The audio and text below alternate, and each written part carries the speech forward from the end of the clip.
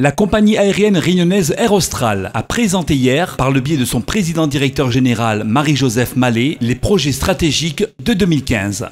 Je crois que vous avez entendu le président de région, le président du conseil de surveillance d'Air Austral parler de l'évolution de la gouvernance, qu'il a souhaité personnellement, donc avec une évolution de l'organisation et de la gouvernance qui passera d'un conseil de surveillance avec un directoire vers un conseil d'administration.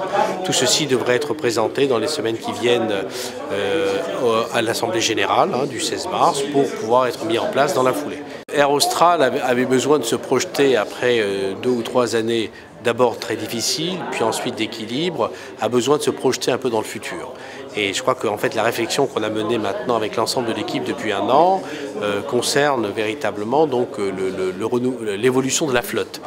Nous avons effectivement donc souhaité faire évoluer notre flotte en remplaçant un avion qui nous paraissait moins adapté à notre réseau, qui était un peu trop gros pour effectuer un certain nombre de dessertes par des avions, je dirais, de dimension un peu plus réduite et qui nous permettent en réalité d'imaginer des dessertes de manière plus rentable.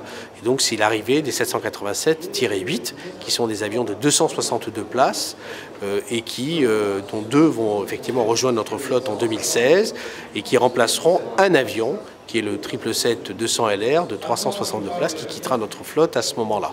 Ces avions vont nous permettre de revoir un peu notre programme, tout d'abord un peu vers l'Asie, avec la desserte de Bangkok en direct. On va pouvoir déconnecter maintenant donc Bangkok de la desserte de l'Inde et offrir un produit de qualité 2 fois par semaine sur la Thaïlande.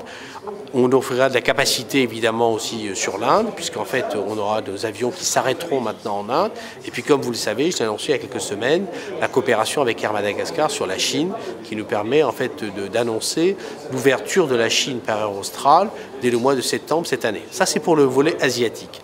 Sur la partie Dzaoudzi, nos 787-8 permettront d'offrir 5 ou 6 fois par semaine des vols entre la Réunion et Dzaoudzi, dans des conditions de confort et de capacité donc revues à la hausse. Et puis, on va participer aussi au désenclavement de Mayotte en offrant des vols Dzaoudzi-Paris 2 fois par semaine, dans le sens de Dzaoudzi vers Paris, ce que personne n'est capable de faire et que le 787-8 pourra faire à compter effectivement de 2016. Et puis, on renforcera notre présence grâce en fait aux 737 qui vont là maintenant être un peu plus disponibles sur Maurice, sur Tananarive. Et puis avec l'ATR, on va pouvoir renforcer notre positionnement aussi sur Pierrefonds. Voilà, c'est donc tout ce dispositif qu'on va petit à petit mettre en place entre fin 2015 et 2017. D'abord, aujourd'hui, on a un vol quotidien entre Dzaoudzi et La Réunion. Demain, on aura aussi un vol quotidien entre Dzaoudzi et La Réunion. Simplement, aujourd'hui, on a des petits appareils plusieurs fois par semaine. Demain, on aura un 787 qui sera plus gros, donc qui offrira plus de sièges entre Dzaoudzi et La Réunion. Entre Dzaoudzi et Paris, on a prévu en fait de démarrer avec 2 fréquences par semaine. Plus peut-être, éventuellement, ça dépendra des saisons, mais de base, on offrira 2 fréquences par semaine. L'un des 2 qui va être utilisé essentiellement d'abord pour desservir le Réunion Dzaoudzi. Aujourd'hui, on a une fréquence en